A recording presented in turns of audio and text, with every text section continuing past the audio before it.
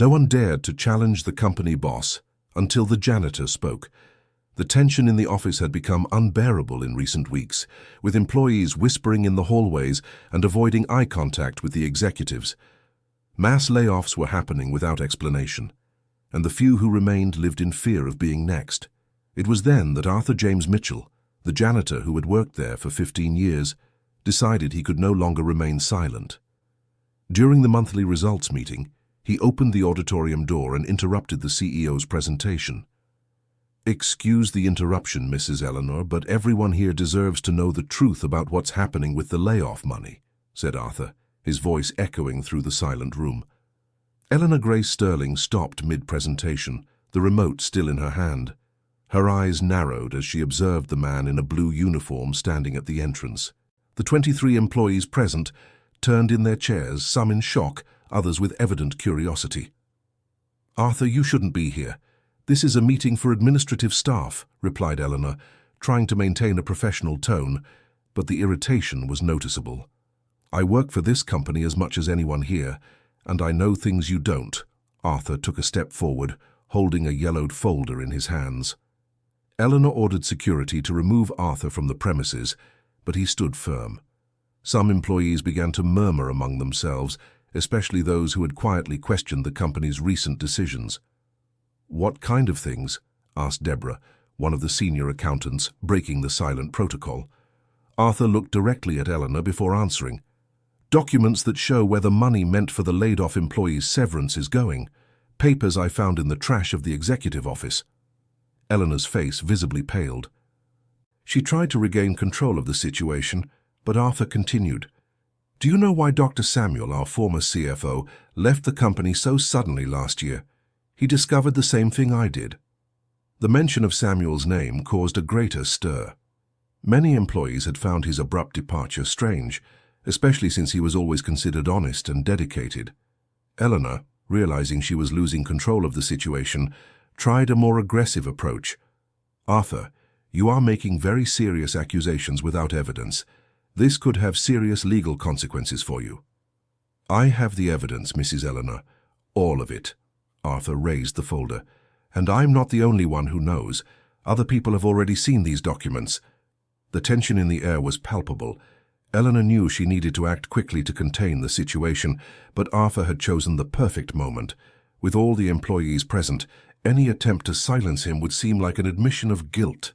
"If you really have important documents, you should submit them to human resources through the proper channels," said Eleanor, trying to sound reasonable. "The same human resources that approved the layoffs without proper investigation." Arthur shook his head. "No, Mrs. Eleanor, these people deserve to know the truth now." Megan, an employee from the sales department who had lost several close colleagues in the layoffs, stood up from her chair. "Arthur, what exactly did you find?" Eleanor quickly intervened. "Let's not turn a work meeting into a spectacle. Arthur, leave immediately, or I will call security." "Go ahead and call." Arthur remained unshaken. "But first, let me tell everyone about the outsourcing contracts that were cancelled without justification and where the saved money went."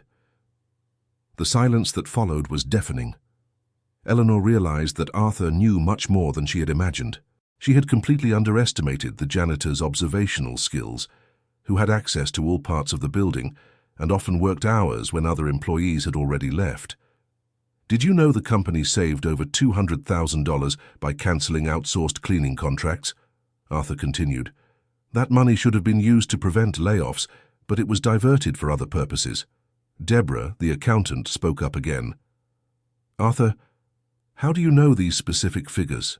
"Because I read the papers you throw away, and because when you work 15 years in the same place, you learn to pay attention." Arthur opened the folder and pulled out some documents. "I have contracts, budgets, and even some handwritten notes here." Eleanor felt control of the situation, slipping completely from her hands. She knew Arthur was a respected employee, known for his honesty and dedication. If he was making these accusations publicly, he probably was sure of what he was saying. "Arthur, let's discuss this in private.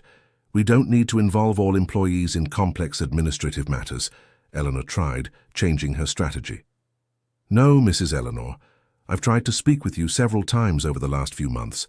You always told me you were busy or that it wasn't my area, Arthur addressed his colleagues. You deserve to know that your jobs are being sacrificed to cover up irregularities.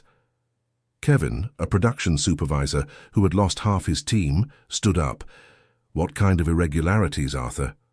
Eleanor tried to interrupt, but Arthur was faster.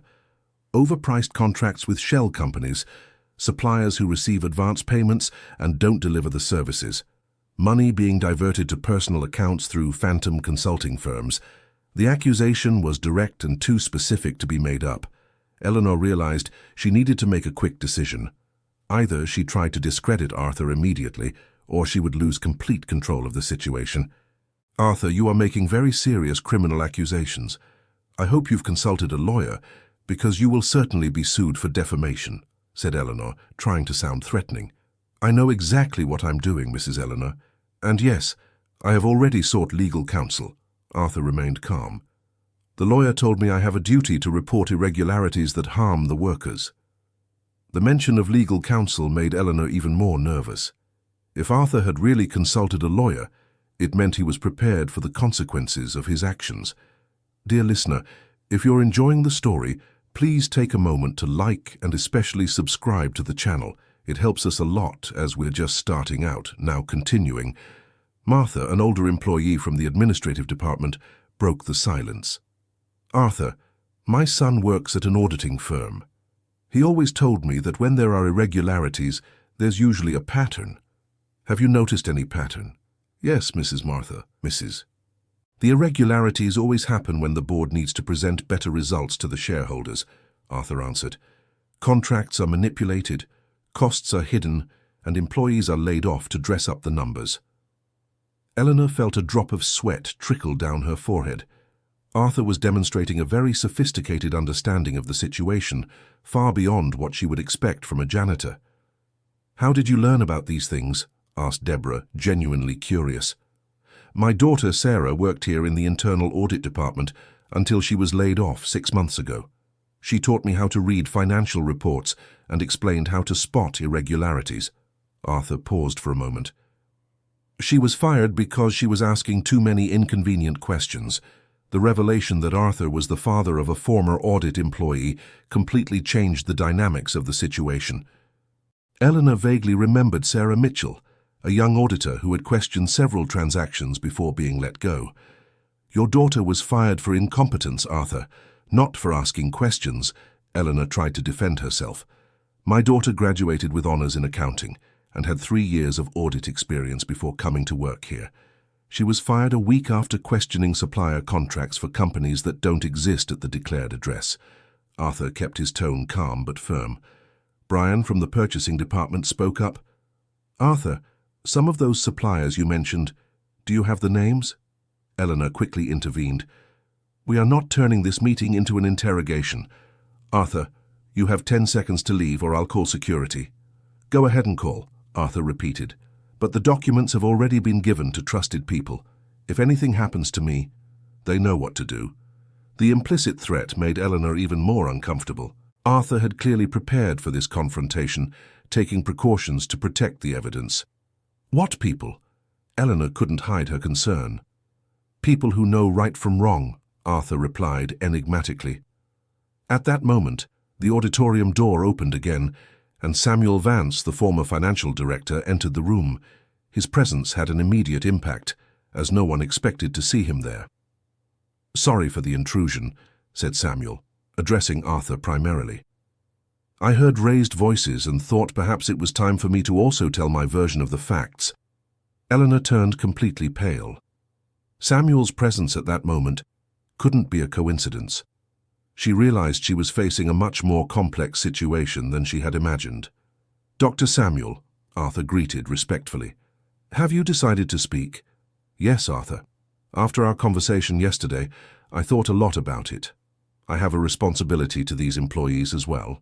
Samuel addressed the group. You deserve to know why I really left the company. Eleanor made one last attempt to control the situation. Samuel, you signed a confidentiality agreement when you left the company. Any violation will have legal consequences. Eleanor, a confidentiality agreement cannot be used to cover up illegal activities, Samuel replied calmly. My lawyer confirmed that to me yesterday. The mention of lawyers by both Arthur and Samuel made it clear to Eleanor that she was facing an orchestrated and well-planned situation. "What do you want?" Eleanor asked, her professional composure finally beginning to crumble. "We want these employees to know the truth about why they lost their jobs and their colleagues," replied Arthur. "And we want the irregularities to be corrected." Samuel moved to the center of the room. "Eleanor forced me to sign falsified financial reports under threat of losing my pension. When I refused to continue participating, I was pressured to leave the company." The silence in the room was absolute. The employees were absorbing information that confirmed many of their unspoken suspicions. "What kind of falsified reports?" asked Deborah. "Reports that hid real costs and inflated revenues to impress investors and shareholders," Samuel explained. "The money saved from layoffs was being diverted to personal accounts through shell consulting companies." Eleanor realized she was completely cornered. With Arthur and Samuel working together, and with documents that likely complemented each other, she no longer had any way to deny or minimize the situation. "You don't understand the pressures a company faces to stay competitive," Eleanor attempted a desperate defense. "Sometimes difficult decisions need to be made." "Stealing money meant for the workers isn't a difficult decision, it's a crime," Arthur replied directly. The word crime echoed through the room like thunder. Eleanor knew her career and possibly her freedom were at risk. "Do you have any concrete proof of what you're alleging?" Eleanor challenged in a desperate attempt to buy time. Arthur and Samuel exchanged a look. Samuel nodded. "We have the original contracts and the altered versions you forced me to sign," said Samuel. "We have bank statements from accounts that were supposed to be related to the phantom suppliers, and we have recordings of some of our conversations where you admit to the irregularities." The revelation about recordings was the final blow. Eleanor knew that recordings, even obtained without formal authorization, could be used as evidence if they corroborated other proof. "Recordings obtained illegally can't be used," Eleanor tried, but her voice already showed desperation. "They weren't obtained illegally," Samuel explained calmly. "They were made during work meetings where I was present as the financial director. I consulted my lawyer about it." Eleanor realized she had no way out. Arthur and Samuel had prepared carefully, consulted legal counsel, and gathered substantial evidence. "What do you want from me?" Eleanor asked, her voice now noticeably trembling. "We want you to admit to the irregularities and take steps to correct them," replied Arthur.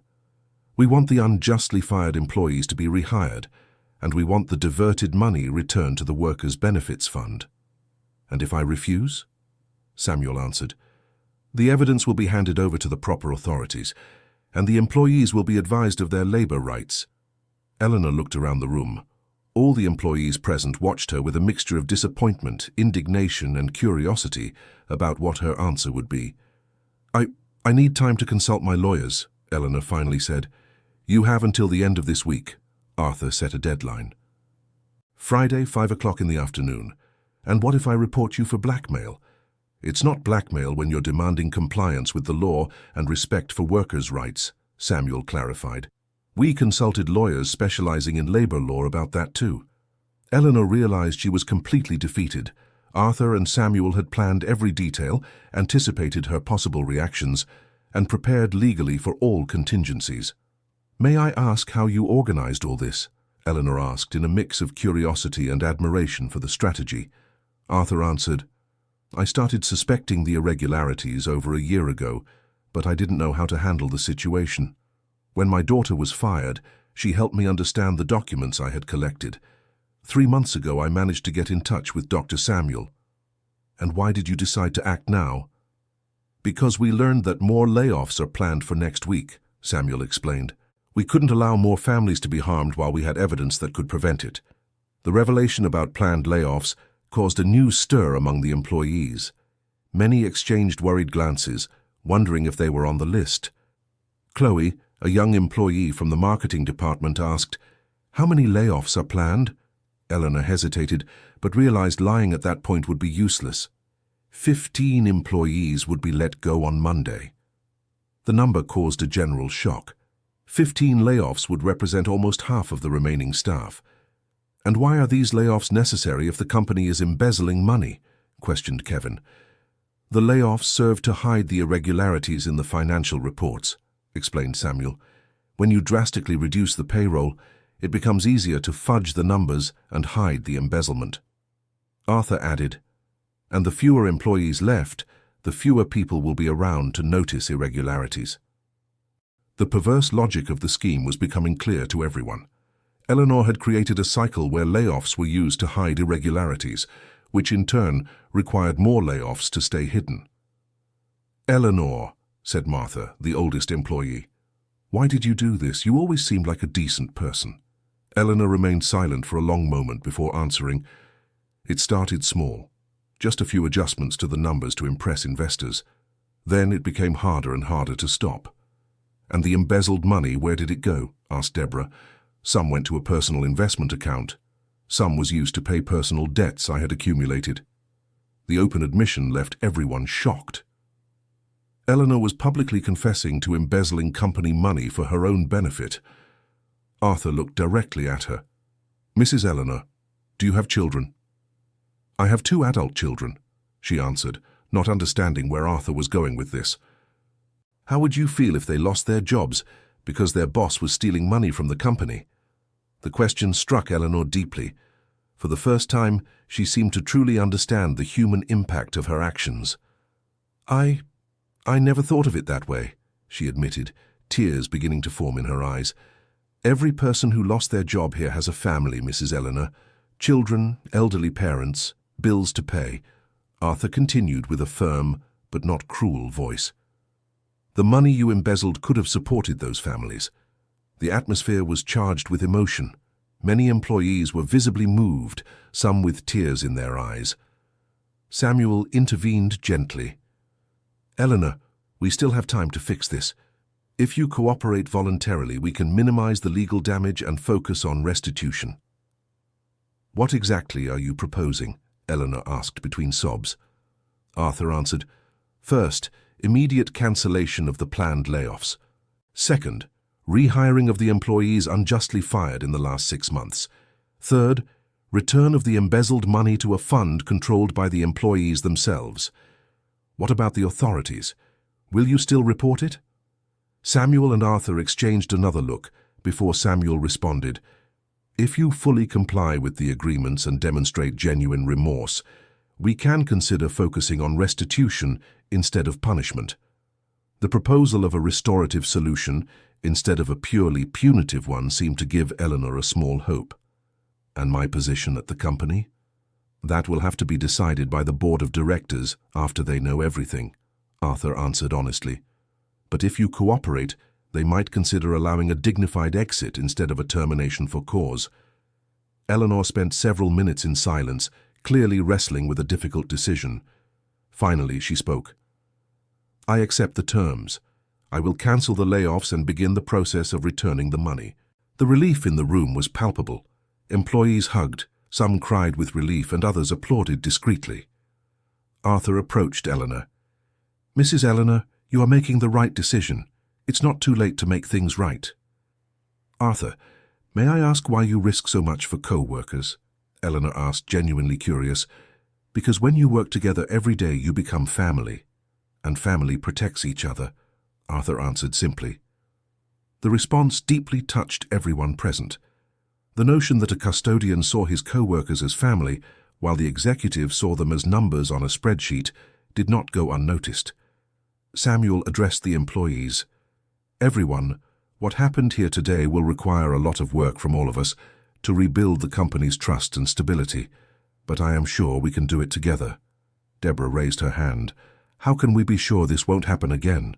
Arthur responded, "We will create an employee committee to oversee all major financial decisions. Total transparency. And I would like to suggest that external auditors conduct quarterly checks," added Samuel. Eleanor, still emotionally shaken, agreed with all the proposals. "There's one more thing," said Arthur. "My daughter Sarah would like to return to the company as an internal auditor, if you agree." "I think that would be an excellent idea," Eleanor replied sincerely. "She was always competent. I just wasn't prepared to hear the truth back then." The meeting was coming to an end, but the impact of what had happened would continue to reverberate for a long time. Megan stood up. "Arthur, I want to thank you for the courage you showed. I know it wasn't easy." "It wasn't," Arthur admitted. "But sometimes you have to do what's right, even when it's hard." Other employees began to express similar gratitude. Eleanor watched in silence, beginning to truly understand the impact of her actions and the value of the employees she had underestimated. "Arthur," Eleanor called to him before he left, "may I speak with you privately for a moment?" Arthur nodded to Samuel, indicating it was okay, and stayed behind as the other employees withdrew, still talking animatedly about the developments. "Arthur, I want to sincerely apologize for what I did. Not just the embezzlement, but for underestimating you and the other employees," Eleanor said, her words filled with genuine emotion. "Mrs. Eleanor, everyone makes mistakes. What matters is what you do afterward," Arthur replied with his simple but profound wisdom. "How did you learn to be so wise?" Eleanor asked. "Life teaches you, Mrs. Eleanor. 15 years cleaning offices, listening to conversations, seeing how decisions affect people. You learn what really matters." Eleanor nodded, realizing there was much to learn from Arthur's perspective on leadership and human values.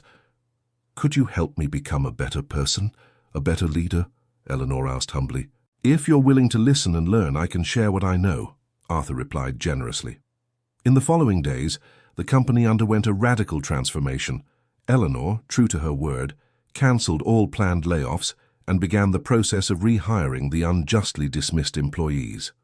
Sarah Mitchell returned as an internal auditor and worked side by side with her father to implement new transparency controls. The unique dynamic of having father and daughter collaborating at different hierarchical levels brought a new perspective on how different viewpoints can complement each other. The employee committee met weekly, with Arthur serving as the representative for the operational staff. His ability to translate complex financial issues into practical terms that affected the workers' daily lives proved invaluable. Eleanor, working under the supervision of the administrative board, began a process of professional rehabilitation. She implemented open-door policies and began making regular visits to all departments, including operational areas she had previously ignored. The company established an anonymous whistleblower channel, but discovered that with the new culture of transparency, employees preferred to bring their concerns directly to representatives or the committee. Samuel was invited to return as an independent financial consultant, helping to rebuild the internal control systems. His experience and knowledge of the past irregularities were fundamental in creating safeguards against future problems. Dear listener, if you're enjoying the story, please take a moment to like and especially subscribe to the channel. It helps us a lot as we're just starting out now. Continuing. The process of returning the embezzled money was complex, but Eleanor cooperated fully. She sold personal investments and properties to fully restore the amounts. The money was placed in a fund, jointly managed by employee representatives and the board. With the returned funds, the company was able to implement long-needed improvements, updated safety equipment, a training program for employees, an expanded health plan, and an emergency fund for unforeseen situations. The story spread through the local business community as an example of how internal conflicts can be resolved through dialogue and transparency, rather than destructive legal confrontations. Arthur continued working as a custodian, but his role in the company expanded informally. He became a respected figure, often consulted by employees and even by the board on issues involving worker well-being. His methodology of careful observation and meticulous documentation became a model for other employees who wanted to contribute to the company's transparency. The relationship between Eleanor and Arthur evolved into an unexpected partnership. Eleanor, previously isolated in her executive position, found in the custodian a valuable advisor who helped her understand the human implications of her decisions. Arthur, in turn, seized the opportunity to positively influence the company's culture in ways he never imagined possible. Arthur's daughter, Sarah, excelled in her new role. Her previous experience, combined with the knowledge she gained during her period of unemployment studying labor rights, made her an exceptionally effective auditor. She created monitoring systems that allowed for the quick identification of any irregularities, but in a way that encouraged proactive correction rather than reactive punishment.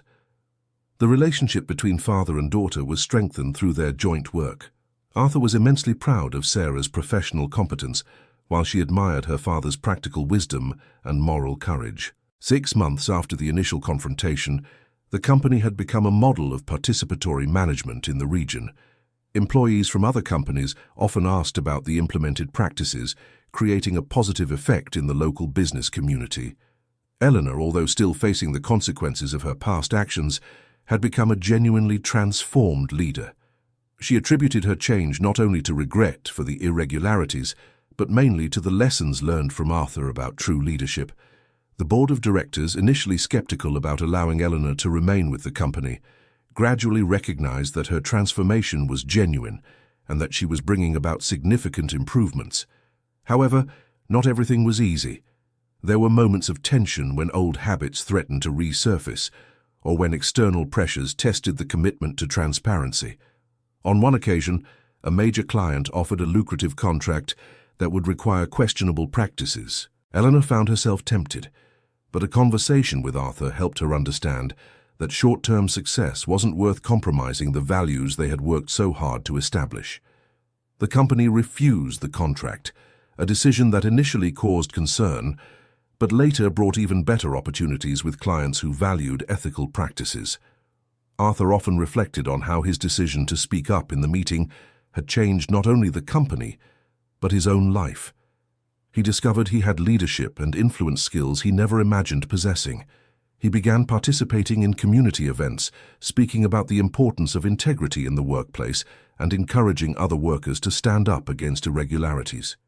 His story inspired employees at other companies to be more vigilant and courageous when faced with similar situations.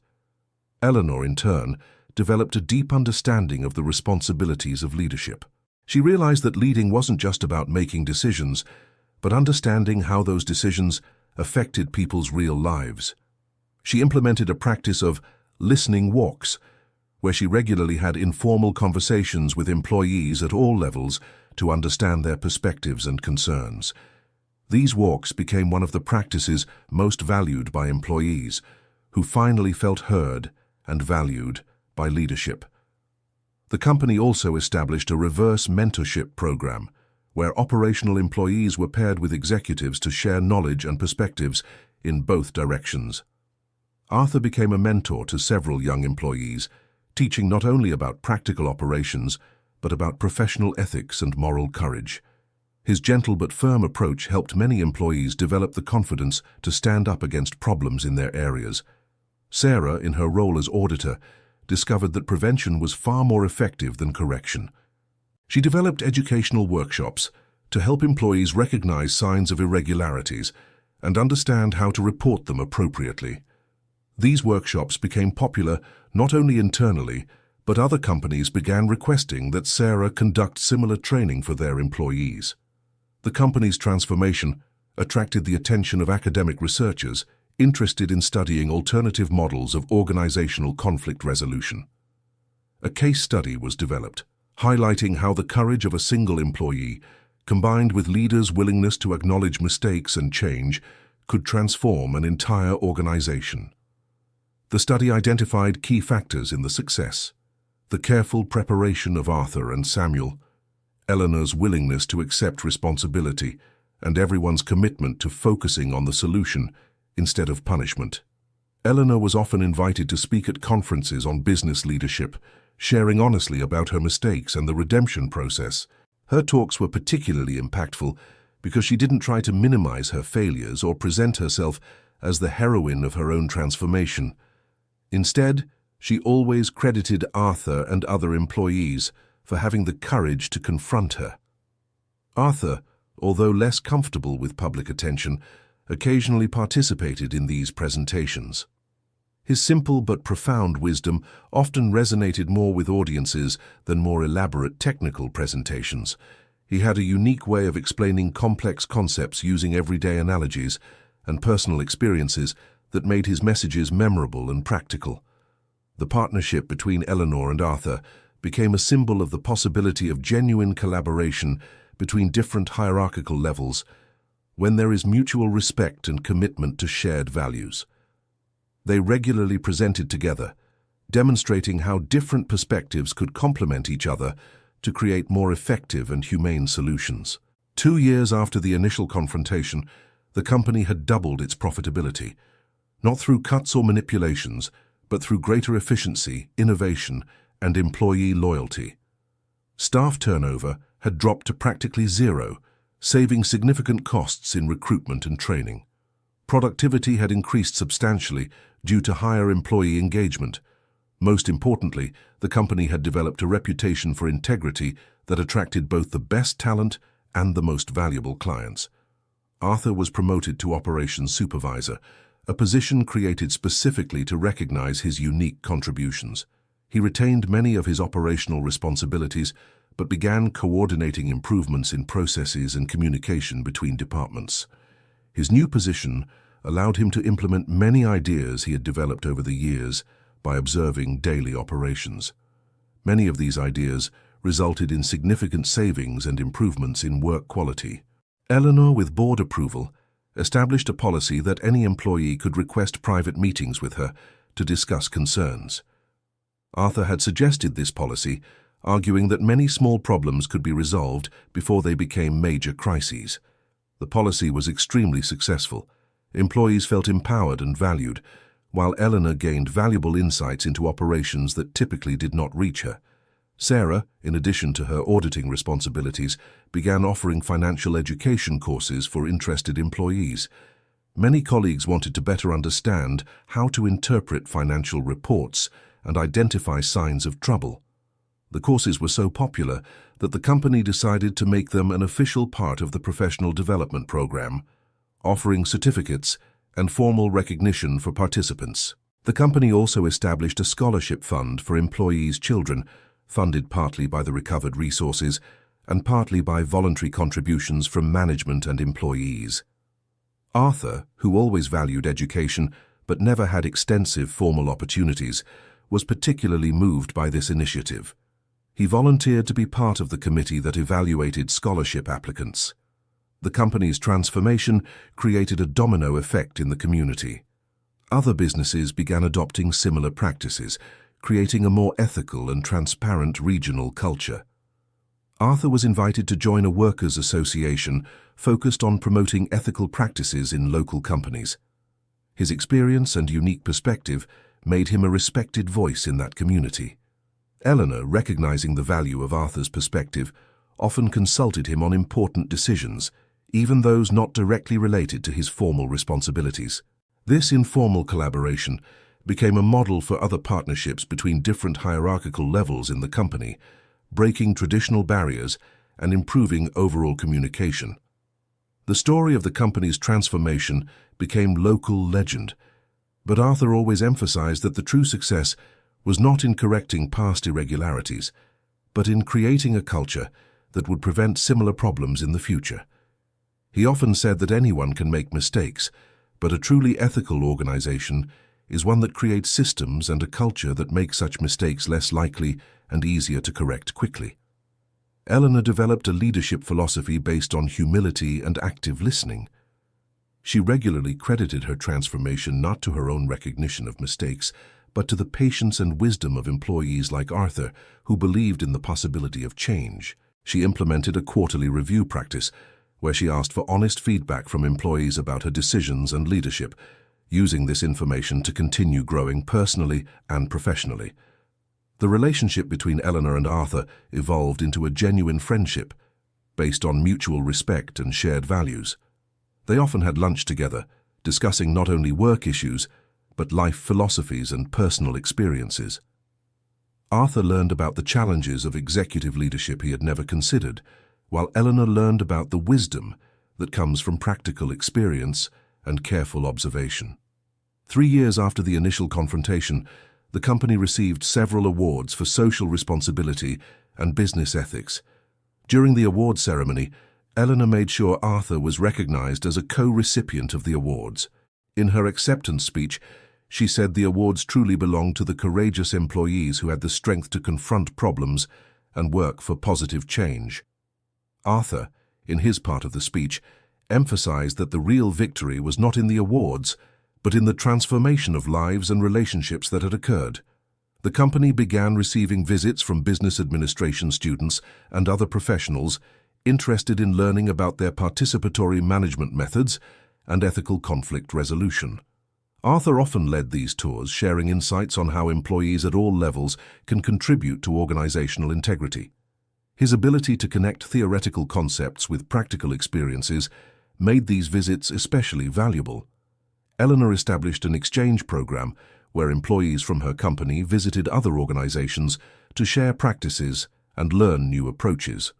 The program strengthened the network of ethical companies in the region. Sarah became a recognized leader in preventive auditing, developing methodologies that were adopted by companies in several regions.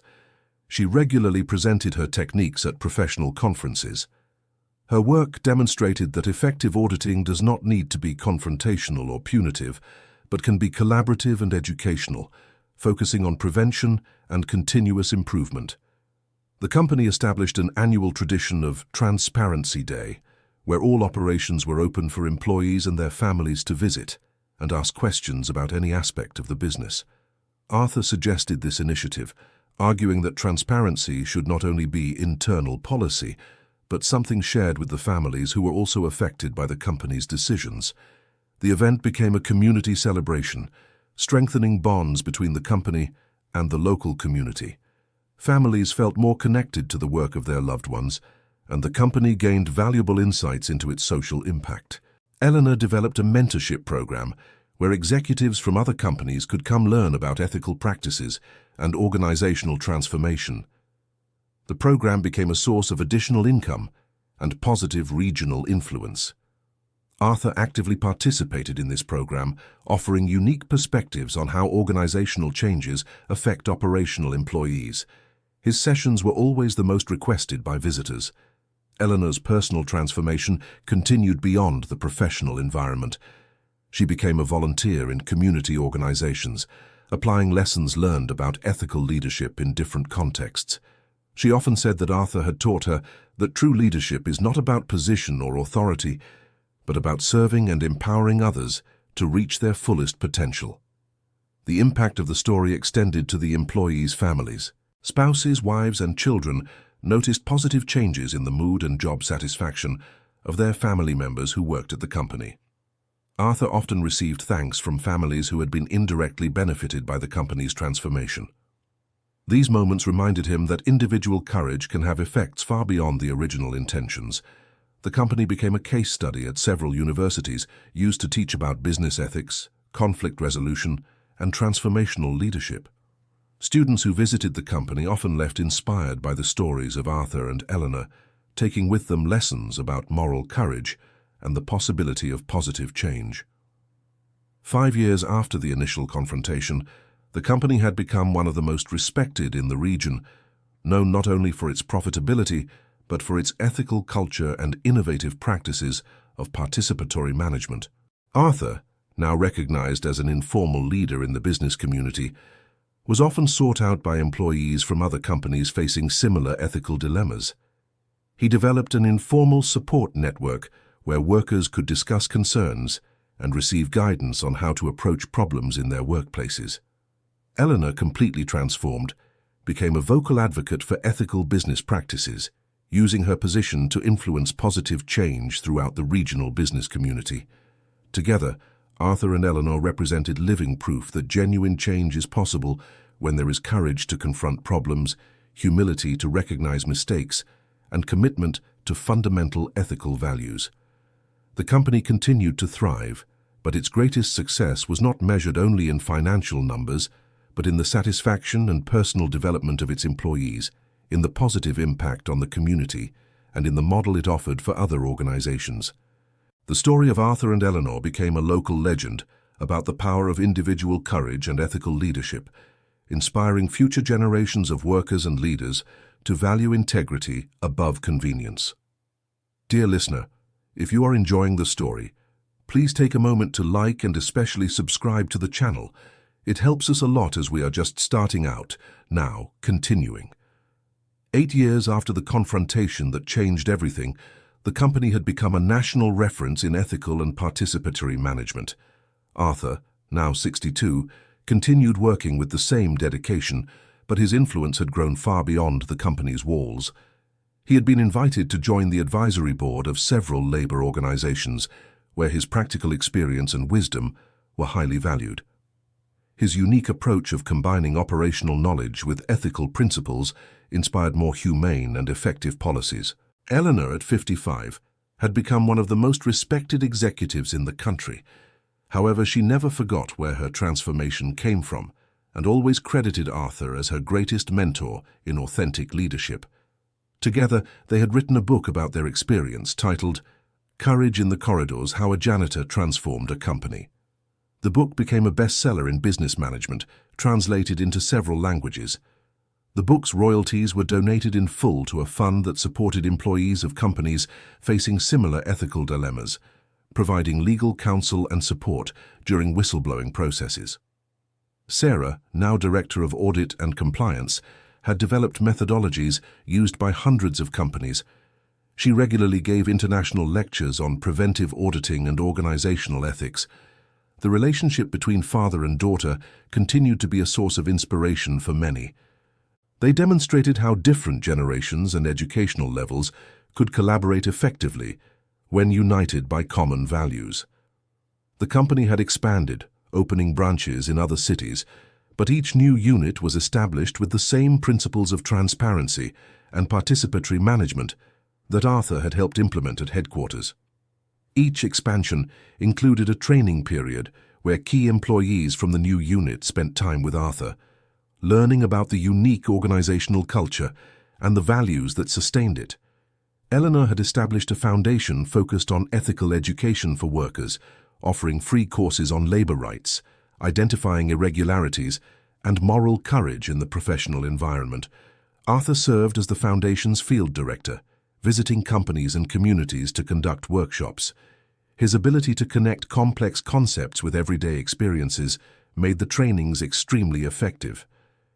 Their story had inspired a generation of more socially conscious leaders. Many young executives sought Arthur as a mentor, seeking to learn about leadership that balanced financial results with social responsibility.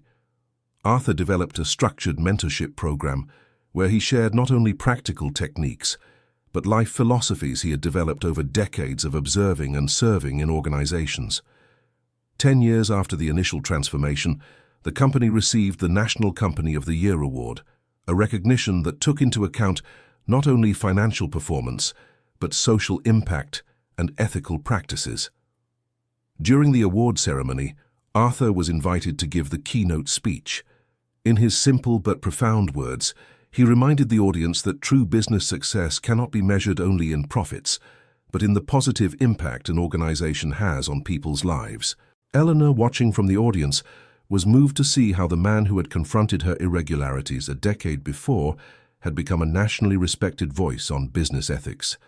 After the speech, she took the stage and publicly thanked Arthur for having the courage to confront her and for believing in her capacity for change when she herself had lost that faith.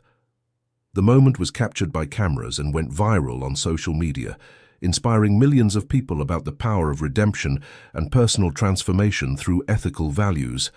In the following months, Arthur received hundreds of letters from employees across the country, sharing their own experiences of confronting irregularities in their workplaces and thanking him for his inspiration. He personally responded to each letter, offering encouragement and practical advice. This correspondence became a personal project that occupied several hours of his weekends, but which he considered one of the most rewarding activities of his life. Eleanor established a program where other companies could send their executives for immersion periods, learning about ethical management through practical experience. Arthur was a central element of these programs, sharing stories and lessons that helped executives develop more human perspectives on leadership. Many participants returned to their companies and implemented significant changes, creating a cascading effect of ethical improvement throughout the business sector. The company became a living laboratory for academic researchers studying organizational transformation, business ethics, and participatory leadership. Dozens of theses and dissertations were based on the study of its organizational culture, contributing to academic knowledge about how organizations can transform in an authentic and sustainable way. Arthur frequently received research students sharing insights about how real change happens at the operational level of organizations. His unique perspective, combining practical experience with deep reflection, added dimensions to academic studies that isolated theories could not capture. 12 years after the initial confrontation, Arthur was invited to speak at the National Congress about labor reform and whistleblower protection. His testimony, based on personal experience and deep knowledge of workers' realities, influenced important legislative changes that protected employees brave enough to report irregularities. Eleanor accompanied him as a supporting witness, publicly demonstrating how business leaders can collaborate with workers to create more ethical and fair environments. The company had become a national symbol of how ethical business practices can coexist with financial success, disproving arguments that integrity and profitability are mutually exclusive. Economic studies of the company demonstrated that its ethical practices had resulted in higher productivity, lower turnover, reduced operational costs, and greater customer satisfaction. This data was used by advocates of ethical business practices to argue that integrity is not only morally right, but economically advantageous. Arthur continued living in the same neighborhood where he had always lived, maintaining connections with his original community. He used his influence and resources to support local education and community development projects. His home became an informal meeting point for young people in the community interested in discussing professional and ethical issues. Arthur offered free guidance, helping young people prepare for careers based on solid values. Eleanor frequently visited these gatherings, participating in discussions and offering business perspectives. The ongoing collaboration between her and Arthur continued to inspire people of all ages.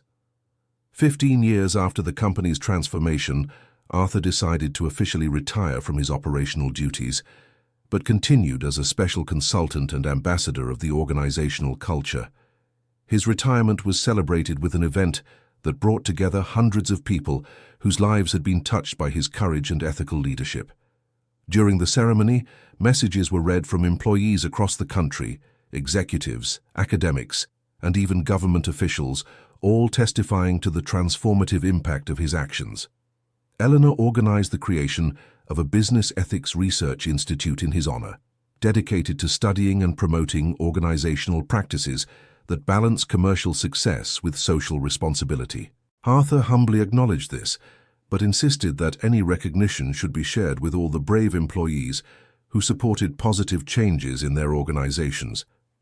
In his retirement speech, he recalled that his journey had begun simply with the decision not to remain silent about something he knew was wrong. He encouraged everyone present to find similar courage in their own lives, remembering that positive change often begins with individual actions of ordinary people willing to do what is right. Eleanor, now CEO of a company that had become an international model of ethical management, announced she was creating a global mentorship program connecting experienced workers with young leaders. The program would be based on the principles she had learned from Arthur, that wisdom comes from experience, that true leadership serves others, and that moral courage is the foundation of all ethical business practices. Arthur agreed to serve as chief advisor of the program, continuing his mission to inspire and guide others even in his official retirement. In the following years, the program expanded internationally, connecting mentors and leaders in dozens of countries, always based on the simple yet profound principles Arthur had demonstrated decades before. The story of Arthur and Eleanor had become more than a business success. It had become a global movement promoting ethical leadership and moral courage in the professional environment. Their lives demonstrated that authentic transformation is possible, that people can change profoundly, and that individual courage can create waves of positive impact that extend far beyond the original intentions. 20 years after that fateful meeting where Arthur had broken the silence, the company remained prosperous, but more importantly, it had inspired transformation in hundreds of other organizations. Arthur, at 70 years old, remained active as a mentor and speaker, but now divided his time between work and family, enjoying time with grandchildren who grew up hearing stories about courage and integrity. Eleanor, recognized internationally as a leader in ethical management, never forgot to credit Arthur as the catalyst for her personal and professional transformation. Together, they had proven that hierarchy does not determine moral worth, that genuine change requires courage from both sides, and that truly ethical organizations are those where all employees are valued and heard.